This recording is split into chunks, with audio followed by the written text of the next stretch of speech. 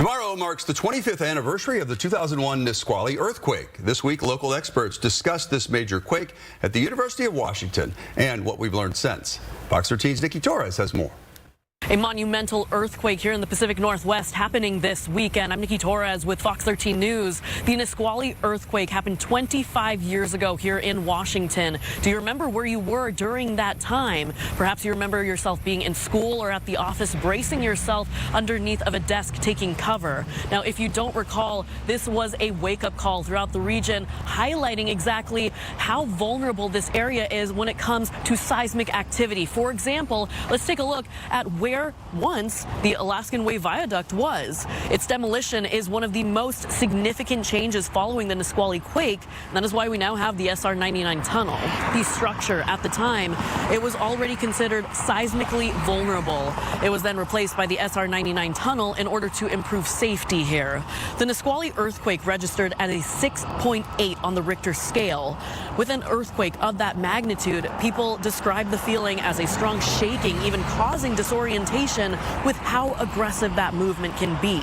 That being said, Nisqually rocked the Puget Sound. Its epicenter was northeast of Olympia. The 01 quake lasted around 30 seconds, but even in that short time frame, it caused more than $2 billion worth of damage to the region. There were no deaths that were reported during that quake. However, more than 400 people reported injuries. The quake was a stark reality check to the Pacific Northwest of the region's vulnerability to seismic activity. With more studies completed within the last 25 years, experts say it's likely that this could happen again. People don't need to be freaked out by it so much as just say this is something to prepare for.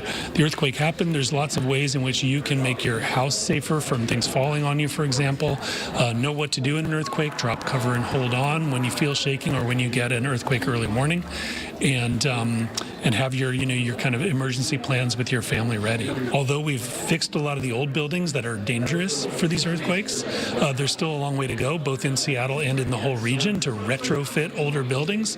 It's time to keep that going because it could be, years, decades till the next big earthquake happens, but sooner or later one is going to happen, and we really need to be safe when that event comes. Since 2001, Washington also implemented the Shake Quake Early Warning System. It is a notification service that provides real-time alerts to people within the area before an earthquake actually happens. One of the more recent roadwork projects affecting drivers within the area, you'll remember it was around a week ago, WashDOT was working on the First Avenue Bridge leading into Seattle. There they had closed down two of the right lanes so that they could work on maintenance projects and improving that bridge. That bridge has actually been around since the 50s, and the quake did damage it 25 years ago. In Seattle, I'm Nikki Torres with Fox 13 News.